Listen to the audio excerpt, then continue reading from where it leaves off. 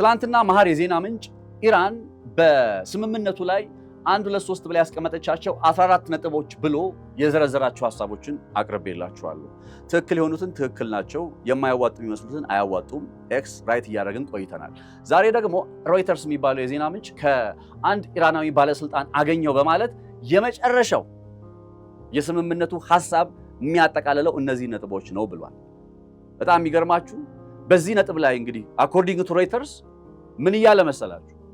ኢራን በጊዜ አልተገደበም፣ ነገር ግን ኢራን የኒውክሌር ጦር መሳሪያ አይኖራትምም፣ አታገኝምም፣ ፕሮዲስ አታረግም፣ አታመርትምም። በዚህ ጉዳይ ላይ ተስማምታለች ብሏል። ኢራን የኒውክሌር ጦር መሳሪያ አታመርትም፣ አይኖራትም። እስከ መቼ? ይሄ ዛሬ ይዤላችሁ መጣው ጥንቅር መልስ የለውም። ዶናልድ ትራምፕ ግን ከ2015 ስምምነት የተሻለ እንፈራረማለን እያሉ ነው። ምናልባት እሳቸው ከ2015 ስምምነት የተሻለ የሚሉት አንደኛ በዚህ ፖይንት ኦፍ ቪው ይሆን? ኢራን የኒውክሌር ጦር መሳሪያ ላይኖራት ተስማምታ ይሆን? ጉዳዩን በዝርዝር እንፈትሸዋለን። 35 ዓመት ሙሉ ሲለፉበት ከርመው 35 ዓመት ሙሉ ሲገደሉበት ሲሰቃዩበት ቆይተው ከ1990ዎቹ እንደ አውሮፓውያን አቆጣጠር ጀምሮ at the end of the day አይኖረንም ብለው ከወሰኑ ምን አግኝተው ምን ተሰጥቷቸው? ሰጥቶ መቀበል። እሺ ይስጡ፣ ኒውክሌር አንፈልግም ይበሉ። ምን አግኝተው በየትኛው ጥቅም? እሱን ጉዳይ እንፈትሸዋለን፣ እንመረምረዋለን። መነሻ የምናደርገው የሮይተርስን ነጥቦች ነው። እሱን ነጥቦች እናደርጋለን ማለት ግን እንደው የምናወራው እሱን ብቻ ነው ማለት አይደለም። ቢዮንድ ከዜናዎቹ ጀርባ ያለውን ነገርም ስለምናይ አሪፍ የሆነ ቆይታ ይኖረናል። በቆይታችሁ እንደማጸጸቱ እርግጠኛ ነኝ። ነፃነት ላቀው ነኝ። በገበያ ፖድካስት በየዕለቱ በእንዲህ አይነት መረጃዎች እንገናኛለን። ቻናላችን ሰብስክራይብ ያደረጋችሁ አብራችሁ እንድትሆኑ በአክብሮት ጋብዛለሁ። ወደ ጥንቅሩ ልውሰዳችሁ። መልካም ቆይታ ይሆንላችሁ።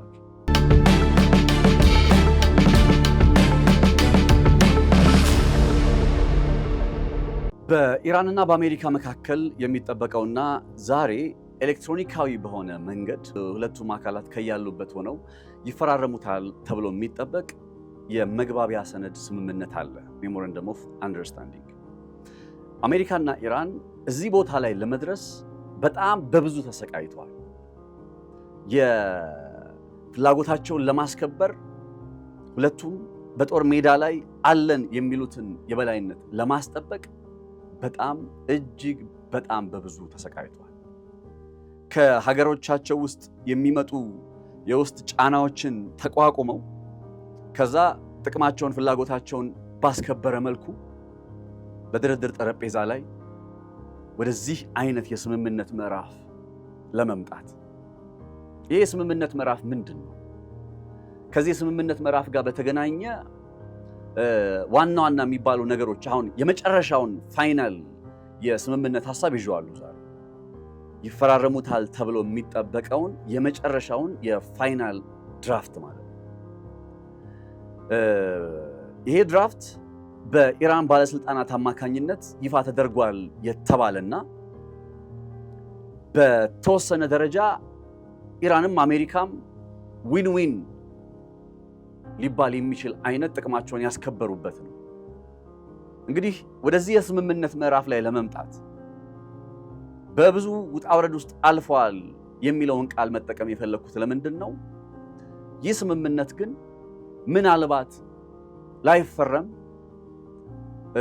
ወይ ደግሞ ሌላ የባሰበት አይነት ጦርነት ልንመለከት የምንችልበት እድል ከፊቱ ተደግኗል። አደጋ መጥቶበታል። ይህ አደጋ ከየት ሊመጣ እንደሚችል መገመት ይቻላል። የገበያ ፖድካስት ጥንቅር ተከታታይ ከሆናችሁ እስራኤል ገና የድርድር ሂደቱ ሲጀመር አንስቶ ኢቨን ትላንትና ሰርቼ በነበረ ጥንቅር ላይ የእስራኤል ጉዳይ የሚለው ነጥብ የግድ በስምምነት ሂደቱ ላይ ሊጠቃለል የሚችልበት ሁኔታ መፈጠር እንዳለበት አጽንኦት ሰጥቼ ሰርቻለሁ። ዛሬ ከዚህ የአሜሪካና የኢራን የስምምነት ሂደት ጋር በተገናኘ አንዱ የተደገነው አደጋ እስራኤል በሊባኖስ ውስጥ እያከናወነች ያለውን ዘመቻ በተመለከተ ነው። እኔ ወደዚህ ቀረጻ ከመግባቴ ከጥቂት ደቂቃዎች በፊት አልጀዚራን ጨምሮ የተለያዩ ዓለም አቀፍ መገናኛ ብዙሃን በሰበርነት ይዘውት የወጡት ጉዳይ እስራኤል ቤይሩትን ቶርፔዶ በተባለ አሜሪካ ሰራሽ የቦምብ ጥቃት ፍንዳታ ማስከተሏ ነው። ቤይሩት ላይ ያለውን የኢራንን አቋም ከትላንት ወዲያ በነበሩ ጥንቅሮች ላይ በዝርዝር ተመልክቼዋለሁ። ኢራን እስራኤል በሊባኖስ ውስጥ እያከናወነች ባለው ዘመቻ ወደ ጦርነት ምን ሊመልስሽ ይችላል ተብላ ስትጠየቅ እንደ ቀይ መስመር አድርጋ ያስቀመጠችው ጉዳይ የሊባኖስ ርዕሰ መዲና ቤይሩት በእስራኤል የቦምብ ጥቃት ወይም ወታደራዊ ዘመቻ የሚፈጸምባት ከሆነ ነው በማለት በይፋ ገልጻ ነበር። ይህንን ነገር ለመፈተን ይመስላል ከቀናት በፊት እስራኤል ቤይሩትን ያነጣጠረ ጥቃት በመፈጸሟ ሳቢያ ወትሮም ቤይሩትን እንደ ቀይ መስመሯ ያስቀመጠችው ኢራን ወደ ቴል አቪቭ ተከታታይ የባላስቲክ ሚሳኤል ጥቃቶችን እንድትፈጽም ምክንያት ሆኖ ነበር። በጊዜው ከ30 በላይ የሚሆኑ የባላስቲክ ሚሳኤል ጥቃቶች በእስራኤል ላይ ሲፈጸሙ የሳተላይት ምስሎች ደግሞ በእስራኤል አየር ኃይል የጦር ሰፈሮች ላይ የደረሱ ጉዳቶችን ምን እንደሚመስሉ አሳይተዋል። ለዚህ የኢራን ጥቃት እስራኤልም የአጸፋ ምላሽ ሰጥታ እንደ ኢስፋሃን በመሰሉ አካባቢዎች ላይ ተደጋጋሚ ጥቃቶችን ሰንዝራ በመጨረሻም ዶናልድ ትራምፕ በነገሩ ላይ ጣልቃ ገብተውበት ወይም ደግሞ ሀገራቱ የተኩስ ልውውጣቸው በቅቷቸው ኢራን እስራኤል ላይ የምታከናውነውን የአየር ላይ ጥቃት መጨረሷን ወይም ኮንክሉድ አድርጌያለሁ ብላ ገለጸች። እስራኤልም ደግሞ አሁን ኢራን ላይ ጥቃት ፈጽመናል፣ አስፈላጊ ሆኖ ከተገኘ ጥቃት መፈጸማችን ይቀጥላል፣ አሁን ግን ጨርሰናል አሉ። ይሄ ነገር ሲደረግ ታሳቢ የሆነው ቤይሩት ላይ ጥቃት ከመጣ ትላንት ኢቭን ሰርቼ በነበረው ጥንቅር ላይ እስኪ እንደው መለስ ብላችሁ ኢራንና አሜሪካ ተስማሙ እንበል። ከዛስ እስራኤል በቤይሩት ላይ ጥቃት ብትሰነዝርስ ምንድን ነው የሚሆነው ስላችሁ ነበር። አሁን ቤይሩት ላይ የኢራንና የአሜሪካ ስምምነት እየተጠበቀ እኮ ባለበት በዚህ ሰዓት እኮ ቤይሩት ላይ እስራኤል የቦምብ ጥቃት ፈጽማለች። የእስራኤል ይህ ጥቃት 2 ሰዎችን መግደሉን መረጃዎች ያመላክታሉ። ናሽናል ኒውስ ኤጀንሲ ከስፍራው የሚገኙ የዓይን እማኞችን በመጥቀስ እንደዘገበው ከሆነ የእስራኤል ወታደራዊ ኃይል በቤይሩት ደቡባዊ አካባቢዎች ላይ የፈጸመው የአየር ላይ ጥቃት ዋነኛ ኢላማ ያደረገው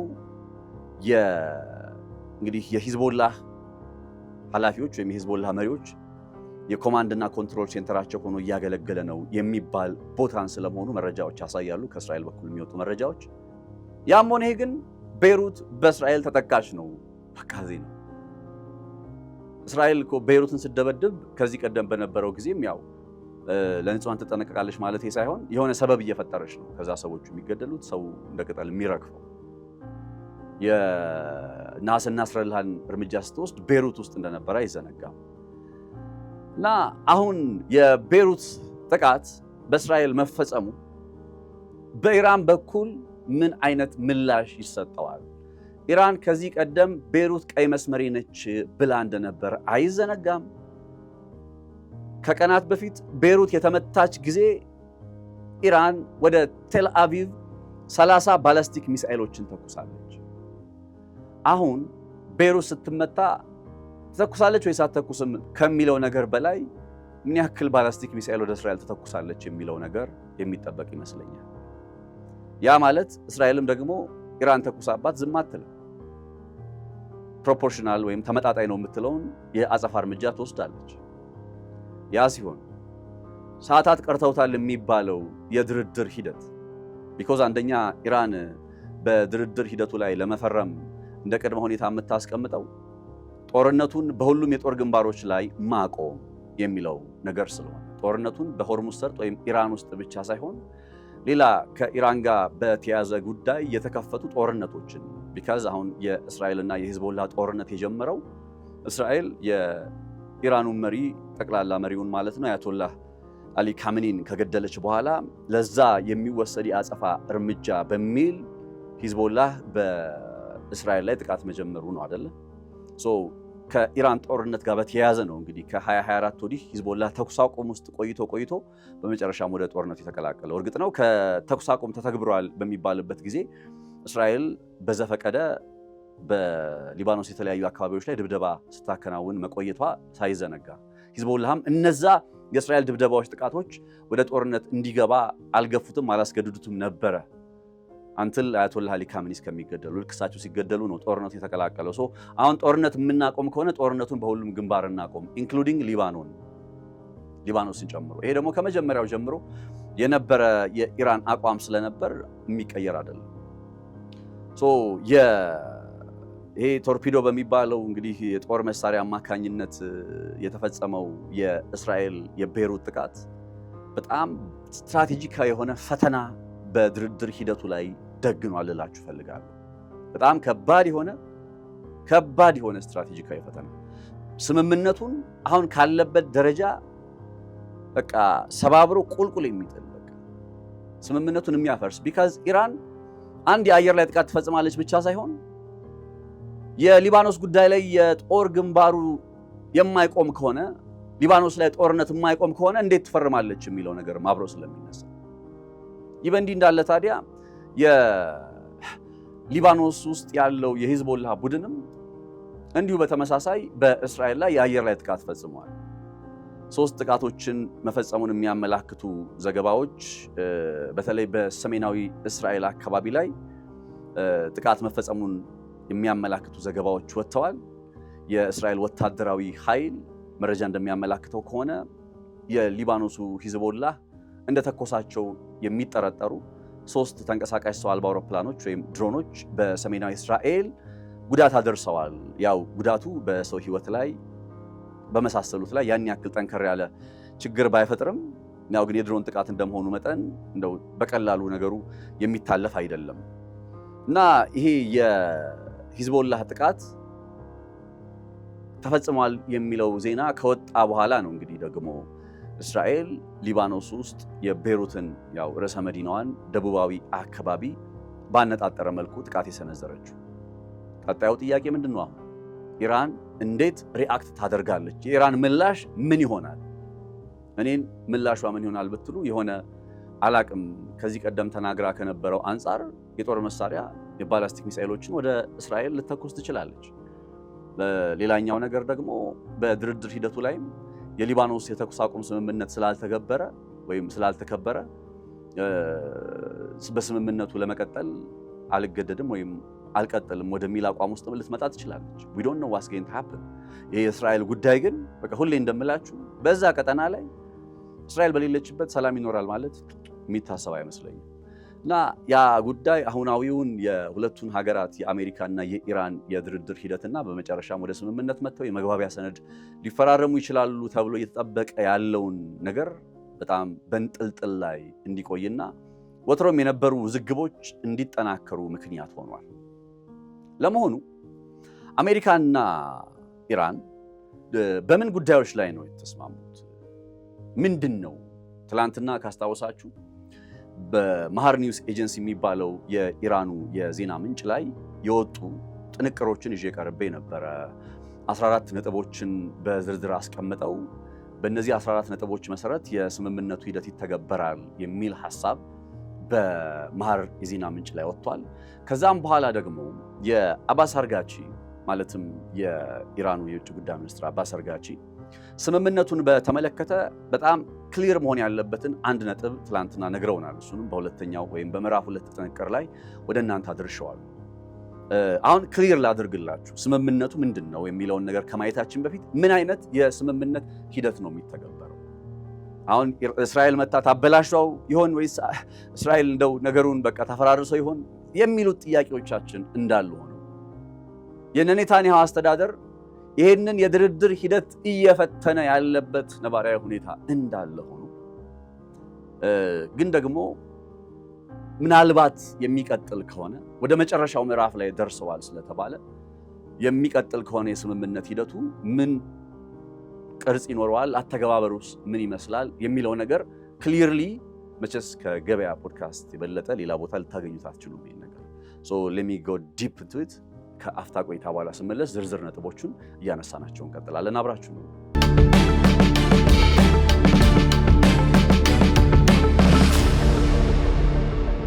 የምንጀምረው ከአባስ አርጋቺ አስተያየት አጠር አድርጌ ትንሽ በተወሰነ የአባስ አርጋቺ ጉዳይ ላይ ድርድሩን በተመለከተ ክሊር መሆን ያለበትን ነጥብ ጥርት ስለሚያደርግ አሁን ሁለት የስምምነት ሂደቶች ይኖራሉ። አሁን ላይ የሚፈረም ስምምነት አለ፣ ከ60 ቀን በኋላ የሚፈረም ስምምነት አለ። የመጀመሪያው ወይም አሁን ይፈራረሙበታል ተብሎ የሚጠበቀው ስምምነት MOU ወይም የመግባቢያ ሰነድ ስምምነት ብለን የምንገልጸው በምዕራፍ 1 እንበለው። ይሄንን ልክ አሁን አሜሪካና ኢራን የሚፈራረሙት ስምምነት አለ ሲባል ምንድነው የሚፈራረሙት? የመግባቢያ ሰነድ ስምምነት። ይሄ የመግባቢያ ሰነድ ስምምነት በምን ነጥቦች ላይ ያተኩራል? በዋናነት ጦርነቱን ማቆም። ጦርነቱን ማቆም ሲባል እንዴት? በሁሉም ግንባሮች። ማንም ባጠቃለለ ሁኔታ ሊባኖስ፣ እስራኤልን እዚህ ጋር መጣችሁ በጥያቄ ምልክት ውስጥ ቁጭ አድርጓት። ሊባኖስ ባልን ቁጥር እስራኤል የሚለውን ነገር እያመጣችሁ በጥያቄ ምልክት ውስጥ ቁጭ ማድረግ ያስፈልጋል። በመግባቢያ ሰነድ ስምምነቱ ላይ ጦርነትን ማቆም የሚለውን ጉዳይ ታሳቢ አድርገው ሲነጋገሩ ወይም ሲስማሙ የሆርሙዝ ሰርጥ መከፈት፣ የነ አሜሪካ ያከናወኑት የባህር ላይ እገዳ ወይ ክልከላ መነሳት የመሳሰሉት ነጥቦችም ይቀጥላሉ። ይህ አሁን የስምምነቱን ሂደት ተከትሎ ይመጣል ተብሎ ከሚጠበቀው ነገር ውስጥ ነው። በአራተኛነት ደግሞ ኢራን እንዲለቀቅላት የምትፈልገው ወደ $24 ቢሊዮን ፍሮዝን አሴት አለ። ከዛ ውስጥ $12 ቢሊዮን የሚሆነው እንዲለቀቅ ትፈልጋለች። እና አሁን ይሄ የመግባቢያ ሰነድ ስምምነት የሚፈረም ጊዜ ወደ $12 ቢሊዮን የሚሆነው ወይም ከዛ ከአጠቃላይ ካላት እንዳይንቀሳቀስ ከታገደ ሀብቷ የተወሰነው እንዲለቀቅላት ይጠበቃል። this is part 1 የመግባቢያ ሰነድ ስምምነቱ ጋር ተያይዞ አብሮ የሚመጣው ነገር ነው። ይሄ በመጀመሪያው ምዕራፍ ላይ ብላችሁ ልትይዙልኝ ትችላላችሁ።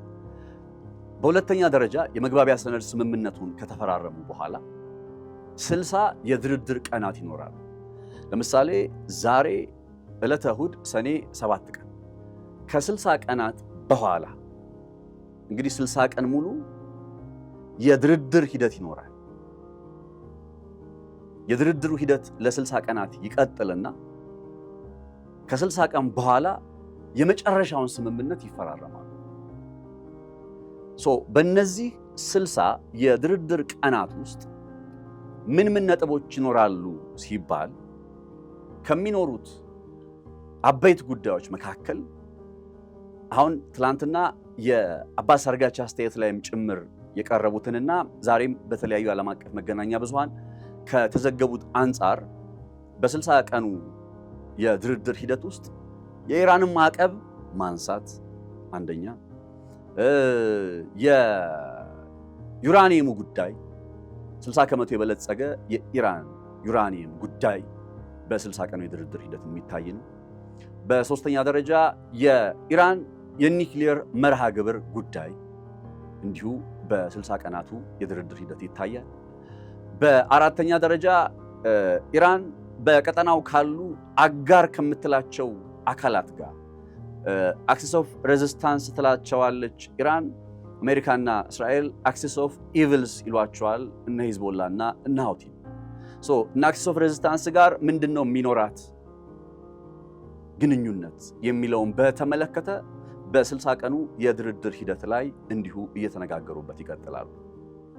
ከዛ ባለፈ ኢራንን መልሶ መገንባት የሚል ጉዳይም እንዳለ ይገለጻል። ኢራንን መልሶ ለመገንባት የሪኮንስትራክሽን ፈንድ የሚል ስያሜ የተሰጠውና አሜሪካን ጨምሮ ኢንተርናሽናል አክተርስ ዓለም አቀፍ ተዋናያን የሚሳተፉበት ኢራንን በተለያዩ ዘርፎች መልሶ ለመገንባት የሚያስችል የ300 ቢሊዮን ዶላር ኢንቨስትመንት ጉዳይ ታሳቢ ይደረጋል። በዚህ ነጥብ ላይ እንዲሁ በ60ዎቹ የድርድር ሂደት ቀናት ውስጥ የሚነጋገሩበት፣ የሚወያዩበት፣ የሚደራደሩበት ሌላኛው ነጥብ ይሆናል። ሁለት ስምምነቶች አሉ። አሁን የሚፈርሙት እንግዲህ ፈጣሪ ፈቅዶ እነ እስራኤል የስምምነት ሂደቱን ሳይበጠብጡ ከቀሩና እነ ኢራንም እኬ ብለው በሆደ ሰፊነት ነገሩን አልፈውት ወደ ፊርማው ምዕራፍ ከገቡ የሚፈርሙት MOU ወይም የመግባቢያ ሰነድ ስምምነት ነው። የመግባቢያ ሰነድ ስምምነቱ ጦርነትን ማቆም የሚለውን ጉዳይ አጽንኦት ይሰጣል። ጦርነት ሲቆም በሁሉም የጦር ግንባሮች ኢንክሉዲንግ ሊባኖን፣ ከዛ በኋላ ጦርነቱን ካቆሙ በኋላ በኒውክሌር በማዕቀብ በኢራን መልሶ ስለመገንባት ከነ ሂዝቦላና ከሀውቲ ጋር በሚኖር አጋርነት በመሳሰሉት ላይ እንዲሁም የሆርሙዝ ሰርጥንም በዚህ እንትን ውስጥ ሊገባ ይችላል የሚል ሐሳብም ይነሳል። ኤኒዌይ ዋና ዋናዎቹ ጉዳዮች ግን እነዚህ ናቸው። ተረዳችሁኝ አይደለ? አሁን በሁለት ምዕራፍ የተከፈለ የድርድር ሂደት እንደሚከናወን ክሊር ካደረግን ከ60 ቀን በኋላ የሚኖረው የድርድር ሂደት ላይ ታሳቢ ተደርገው ነጥብ የተያዘባቸው ያሉ አበይት ጉዳዮች ላይ የአሁኑ የመግባቢያ ሰነድ ስምምነት ምን ምን ሐሳቦችን አጠቃሏል? ምን ጉዳዮችን ይዟል? ምን ሐሳቦች ተነስተውበታል?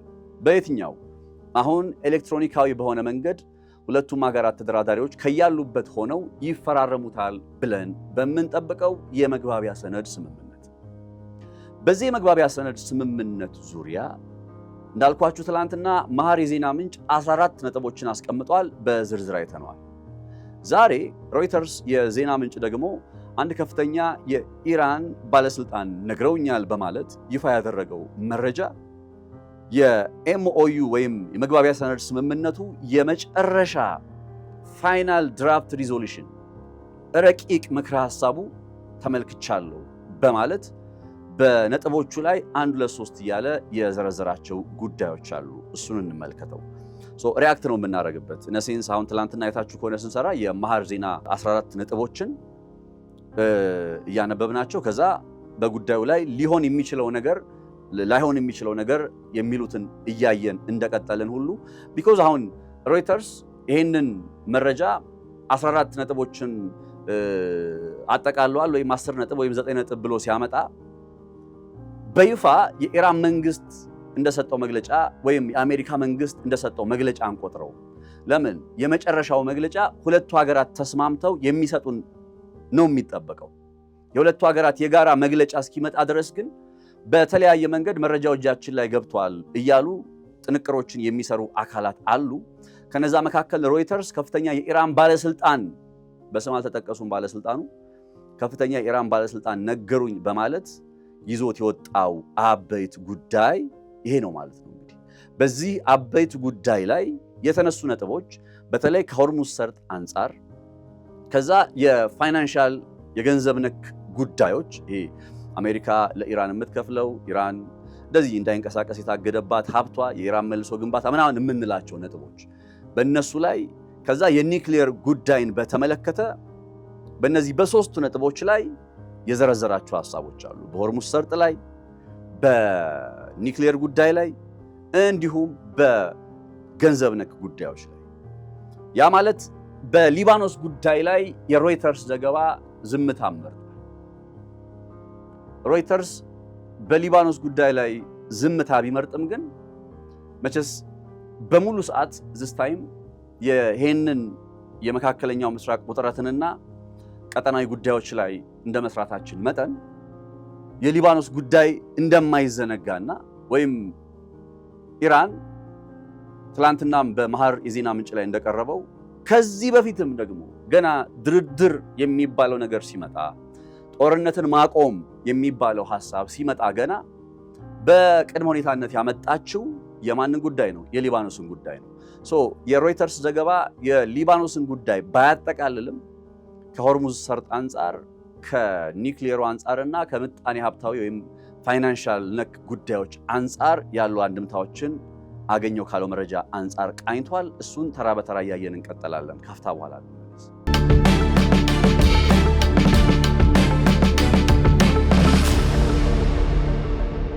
የሮይተርስ ጋዜጠኞች ከዩናይትድ አረብ ኤሚሬትስ ዱባይ ሆነው ይዘዋቸው የወጡ ሐሳቦች ወይም ጥንቅራቸው በጣም በርካታ መገናኛ ብዙሃን የተቀባበሉት ይህን ጉዳይ The senior Iranian official told Reuters a final draft of the Memorandum of Understanding with the US covered a range of issues, from Iran nuclear work to reopening the Strait of Hormuz and US waiver of oil sanction with finance deal to be discussed in the 60 days following agreement by the two sides.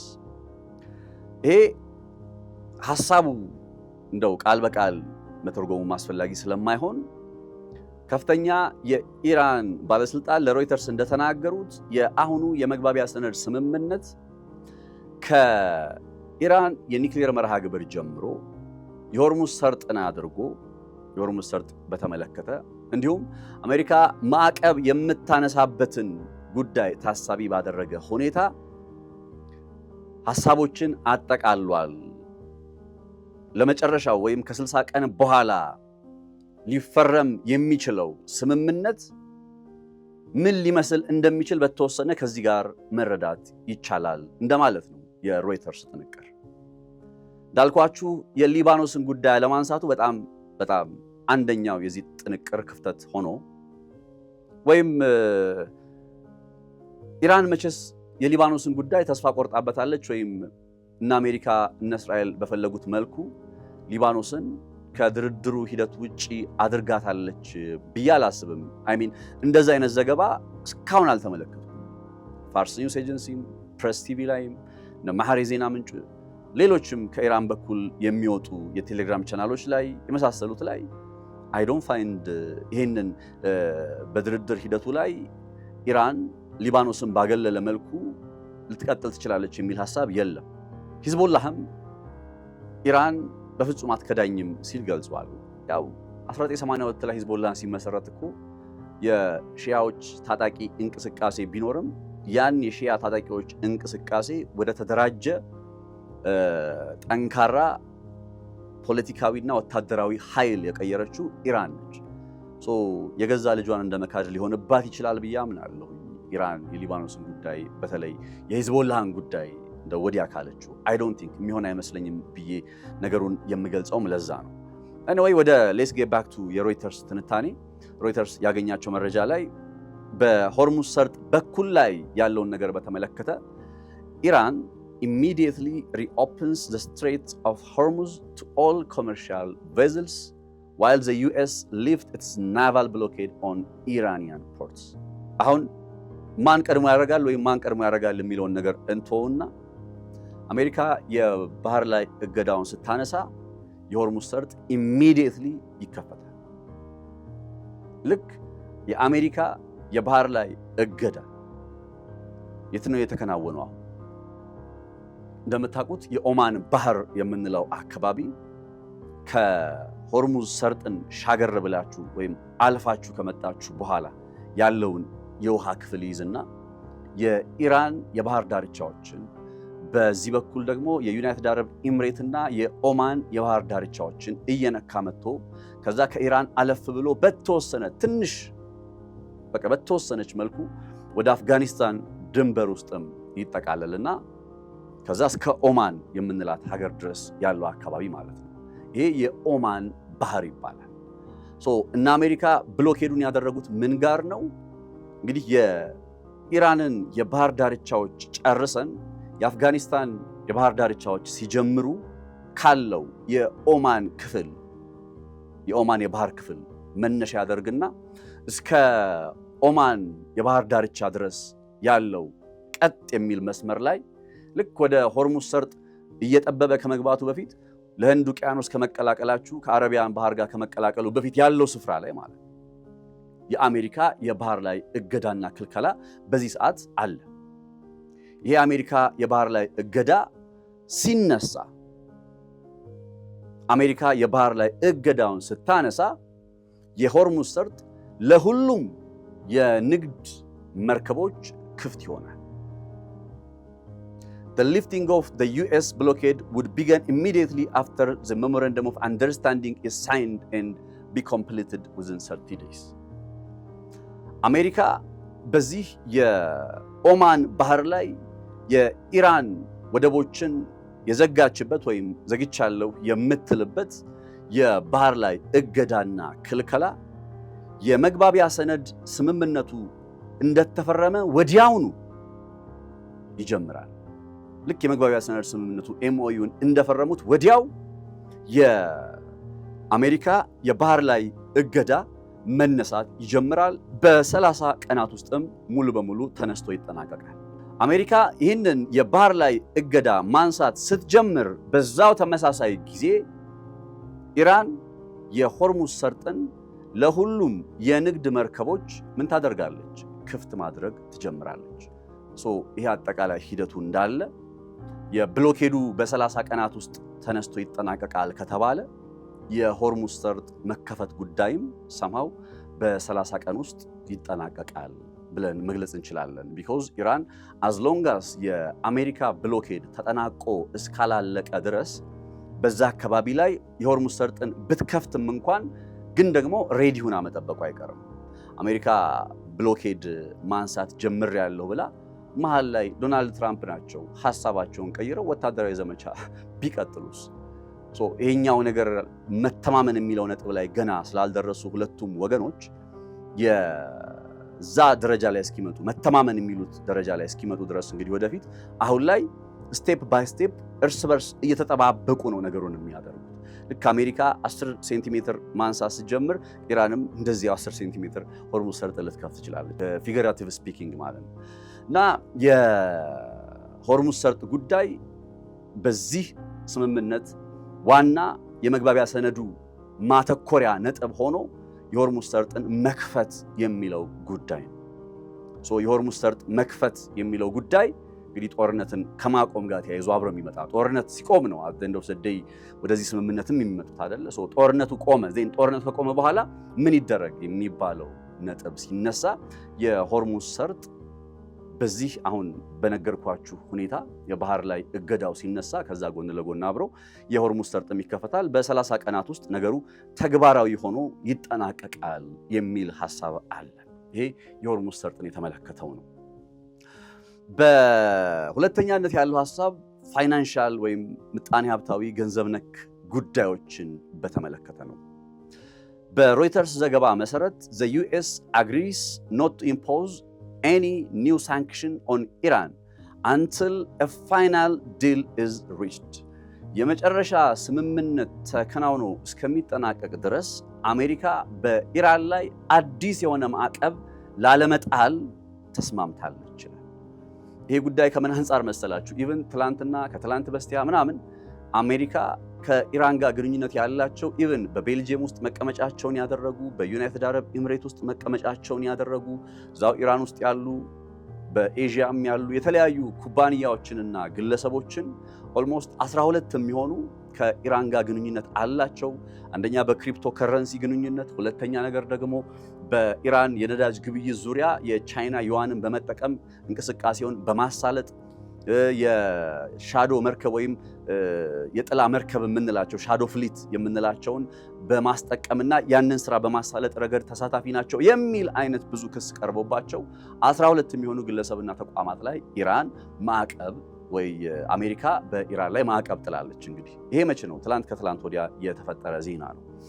አሁን ይሄ ስምምነት እስከሚጠናቀቅ ድረስ አሜሪካ አዲስ የሆነ ስምምነትን በአሜሪካ አዲስ የሆነ ማዕቀብን በኢራን ላይ አትጥልም የሚለው ጉዳይ ላይ ተስማምታለች ነው።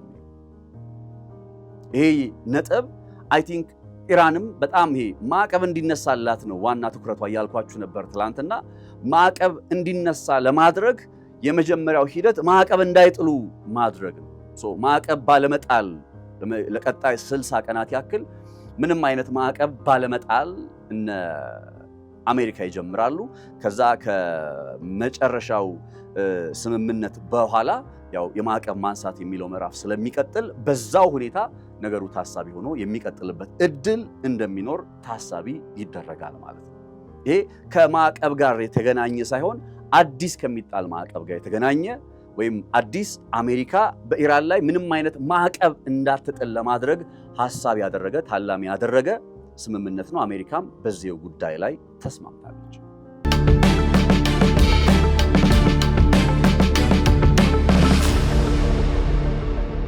የመጨረሻውን ስምምነት ተከትሎ following a final agreement አሜሪካና የተባበሩት መንግስታት ድርጅት በኢራን ላይ የጣሏቸውን ስምምነቶች ሁሉንም all US and United Nations sanctions would be lifted according to an agreed timetable ሁለት ወገኖች በሚስማሙበት የጊዜ ሰሌዳ አማካኝነት አሜሪካም ሆነ አሜሪካን በተባበሩት መንግስታት ድርጅት አማካኝነት በኢራን ላይ የጣሏቸው ማዕቀቦች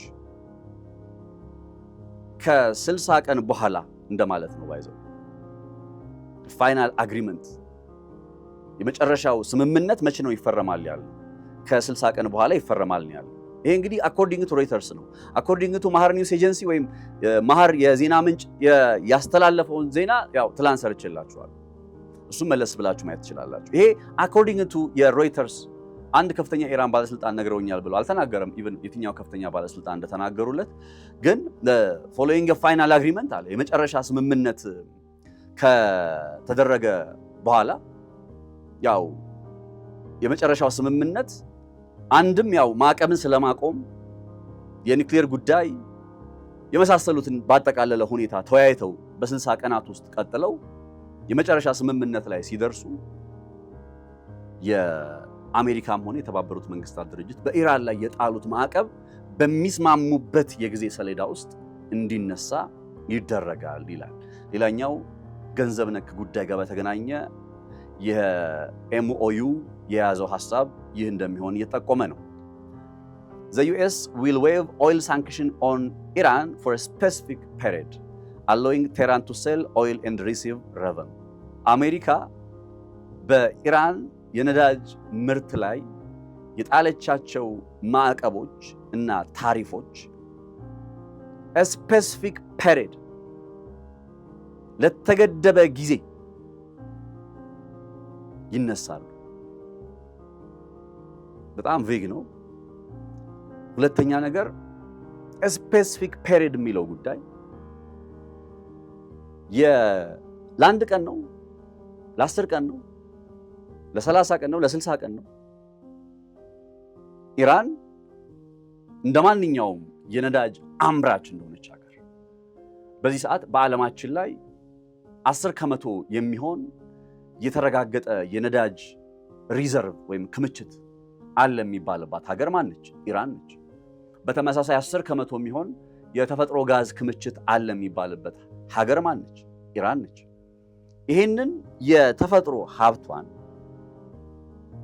አውጥታ መሸጥ መብቷን በዚህ ስምምነት ላይ for a specific period of time ነው እያሉ ያሉት። ለተወሰነ ጊዜ በጊዜ ለተገደበ እሱም ለምን ያክል ጊዜ የሚለው ሳምንታት፣ ወራት፣ ቀናት የሚለው ነጥብ ክሊርሊ ባልተቀመጠበት መልኩ ኢራን ማዕቀቡ ይነሳላታል።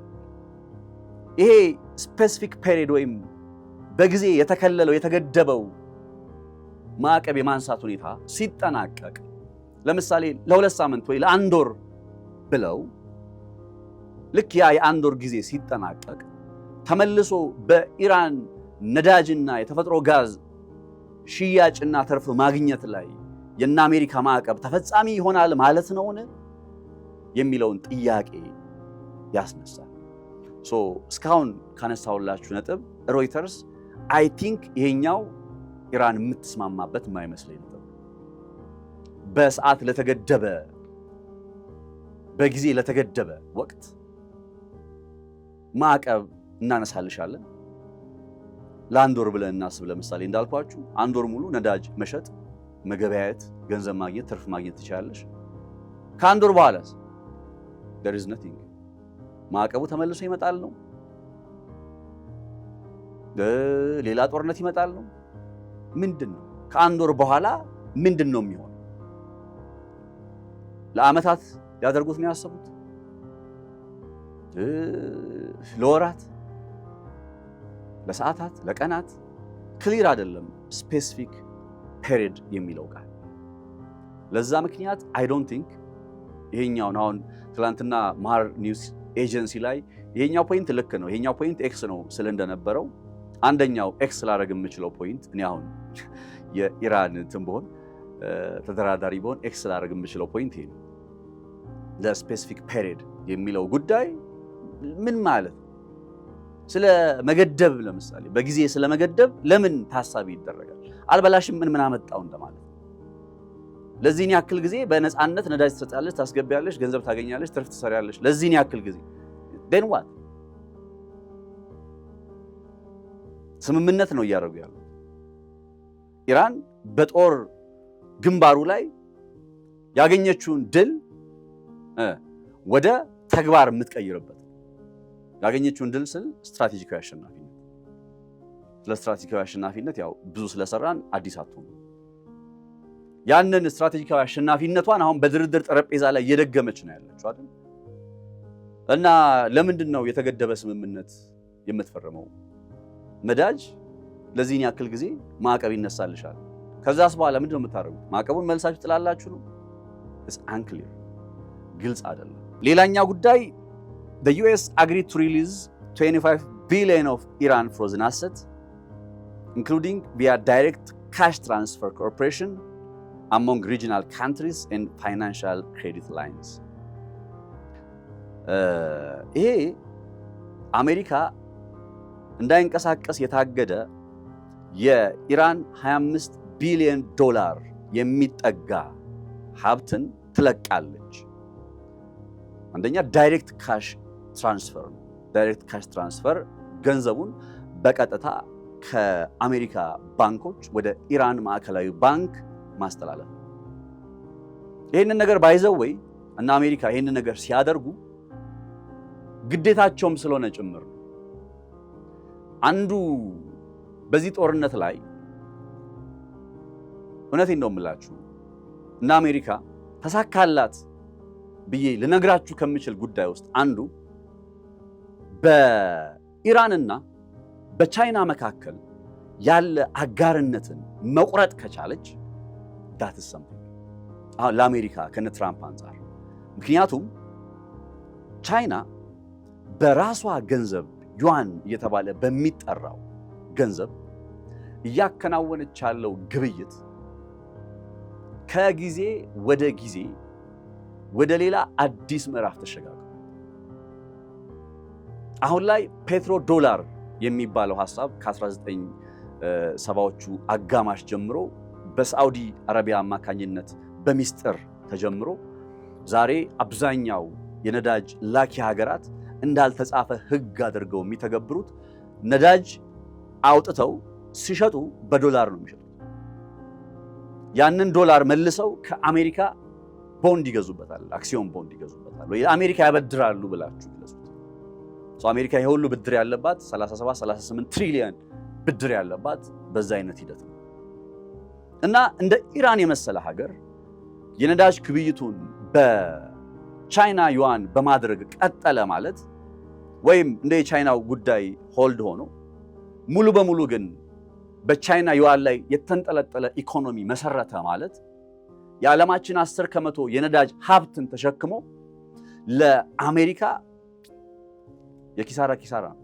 እዚህ በጦርነቱ ይሄን ያክል ከሰረች፣ ይሄን ያክል ውድመት አጋጠማት፣ ይሄን ያክል አውሮፕላን ወደቀባት፣ ይሄን ያክል የጦር ጀት ተመታባት፣ ይሄን ያክል የጦር ሰፈር ጋየባት ምናምን ብለን ከምንገልጸው በላይ ትልቁ ኪሳራ ኢራን ከቻይና ጋር ያላት አጋርነት መቀጠልና እንደ ማንኛውም አገር የባይላተራል ግንኙነታቸው ይቀጥላል የቻይናና የኢራን። ነገር ግን የግብይት ገንዘቡ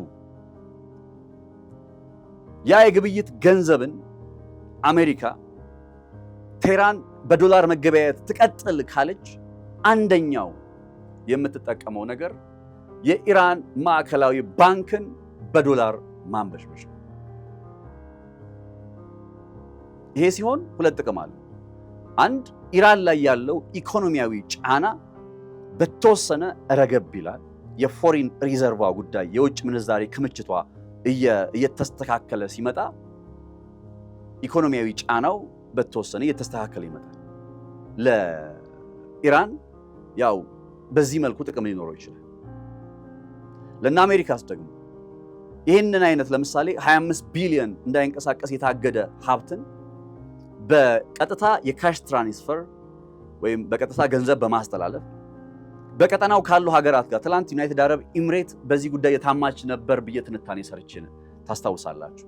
እነ ዩናይትድ አረብ ኤምሬት እነ ኳታር ይታማሉ እና አሁን በዚህ ስምምነት ላይ ሮይተርስ አለ የሚለው ጉዳይ ምንድን ነው? ከዛው ቀጠናው ሀገራት ጋር በመተባበር እንዲሁም ፋይናንሻል ክሬዲት ላይንስ የገንዘብ መስመሮችን የብድር መስመሮችን ጭምር በማጠቃለል 25 ቢሊዮን ዶላሩ ወደ ኢራን እንዲሄድ ይደረጋል። የኢራን ማዕከላዊ ባንክ 25 ቢሊዮን ዶላር ሲያገኝ አማራጩ ምንድን ነው? ይህን ገንዘብ ሲያገላብጠው ነው አይደል? ስለዚህ አሜሪካ ኢራን በቻይና ላይ ያላትን ጥገኝነት ለመቅረፍ ጭምር ይህንን ነገር ማድረጉ የግድ ነው። እንደው ለኢራን ብቻ አስባ እንዳይመስላችሁ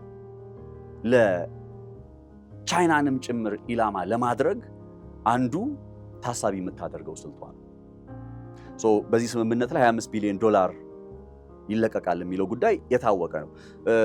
ቀድሞ በድርድር ሂደት ላይ አይ ቲንክ የዛሬ ሳምንት ሲነገር የነበረው ሲፈረም 12 ቢሊዮን ዶላር ይለቀቃል፣ ቀሪው 12 ቢሊዮን ዶላር ደግሞ ከ60 ቀን በኋላ ይፈረማል፣ የመጨረሻው ስምምነት ሲመጣ ነበር የተባለው። አሁን ላይ በየትኛው የጊዜ ገደብ ላይ ይለቀቃል የሚለው ላይ የሮይተርስም ዘገባ እንዲህ ብሎ ያስቀመጠው ነገር የለም። ግን ባይ ዲፎልት በዚህ በ60 ቀኑ እንደሚሆን አስቡት። ለምሳሌ ዛሬ ሰኔ 7 ላይ ቢፈረም ከዛሬ ጀምሮ በሚኖሩት 60 ቀናት አይደለም ሙሉ የመጨረሻው ስምምነት የሚደረገው ወይ የሚደረሰው። በዚህ ጊዜ ውስጥ 25 ቢሊዮን ዶላሩን ዋሽንግተን ለቴህራን ትለቃለች የሚለው እንዲሁ በገንዘብ ነክ ጉዳዮች የተጠቃለለ ሌላ ነጥብ እንደሆነ ልብ ይሏል ማለት ነው። ካፍታ ቆይታ በኋላ ሌሎች ጉዳዮችን ደግሞ ይዤላችሁ ልምጣ።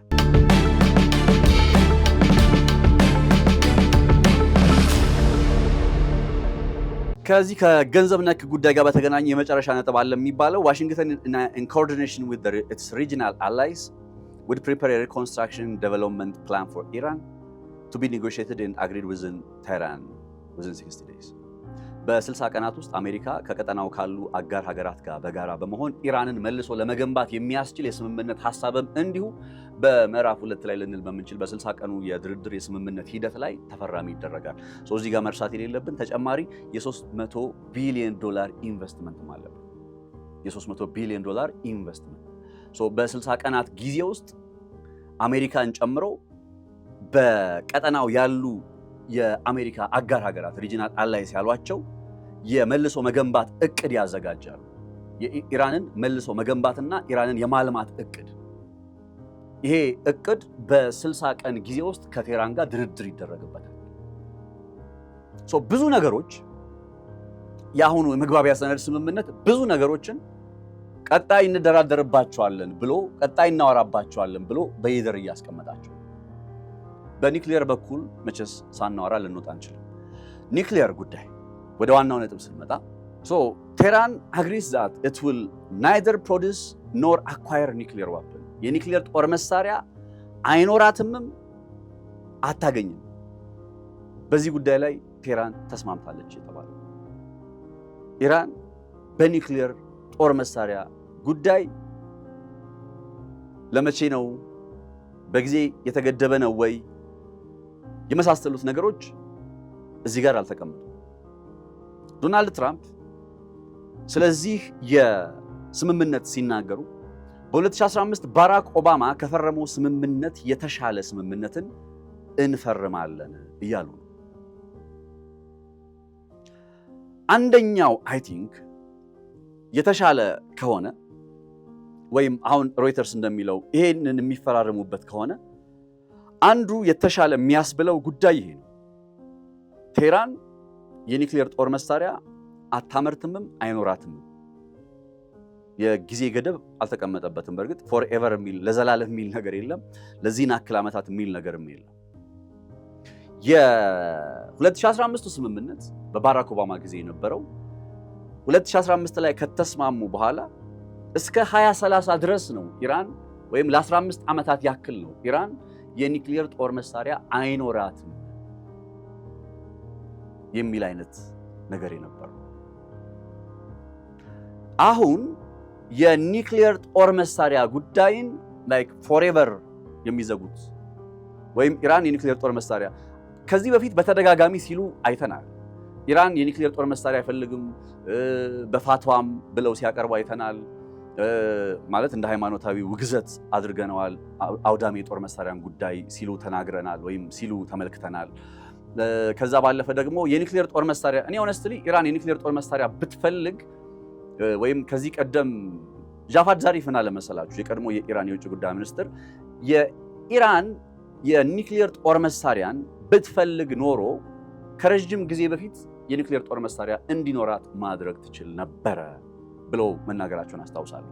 ያንን አቋም እኔም እስማማለሁ። ሰምሃው ኢራን ውስጥ ያለው የኒውክሊየር መርሃ ግብር ከ1950ዎቹ ጀምሮ የመጣ ነው። ፈረንሳዮቹ ነበሩበት፣ እና አሜሪካ ራሳቸው ነበሩበት፣ እና እስራኤል ራሱ ነበሩበት፣ ኔዘርላንዶች ነበሩበት፣ ዩናይትድ ኪንግደሞች ነበሩበት።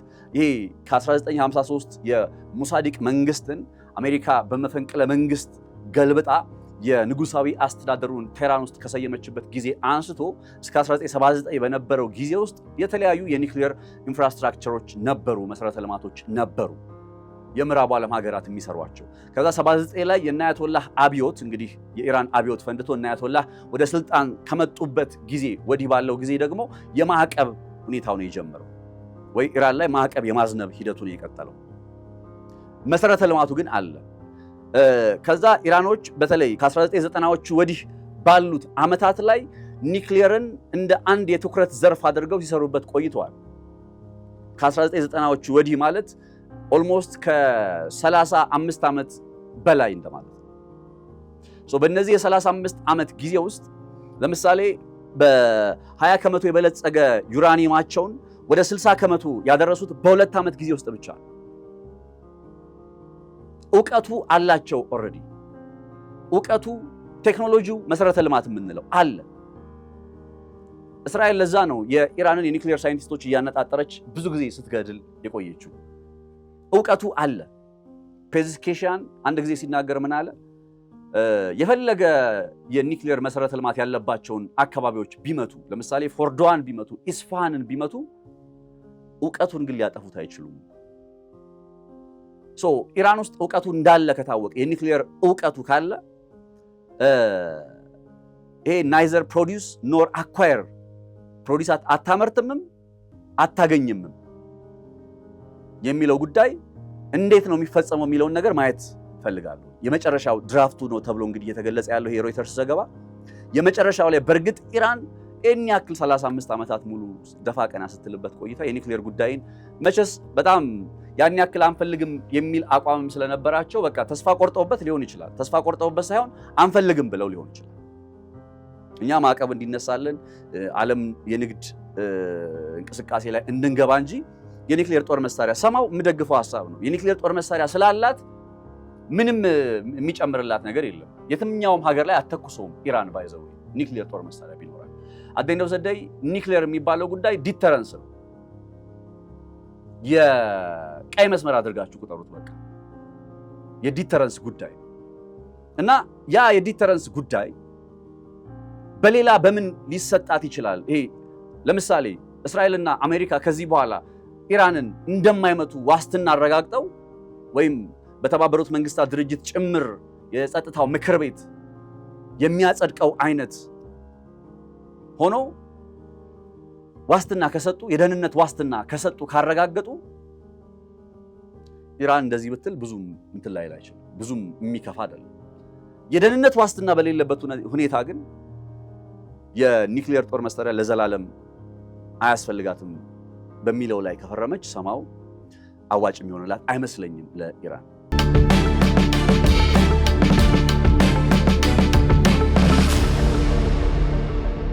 ከኒውክሊየር ጋር ተያይዞ ያለው ጉዳይ ይሄ ነው። ይሄም የሚቀጥለው እንግዲህ ይሄ የድርድር ሂደት የሚቀጥለው ኒውክሌርን የተመለከተ ድርድር እንግዲህ ኢራን ስትል የነበረው ቴህራን አግሪስ ይውላችሁ ኢራን ምን ስትል ነበረ? ስለ ኒውክሌር ጉዳይ የምናወራው በቀጣይ ነው ስትል ነበር። አሁን ሮይተርስ እያለ ያለው ግን ቴህራን አግሪስ ራይት ናው ማለት አሁን ቴህራን የኒውክሌር ጦር መሳሪያ እንደማይኖራትና እንደማታገኝ ተስማምታለች።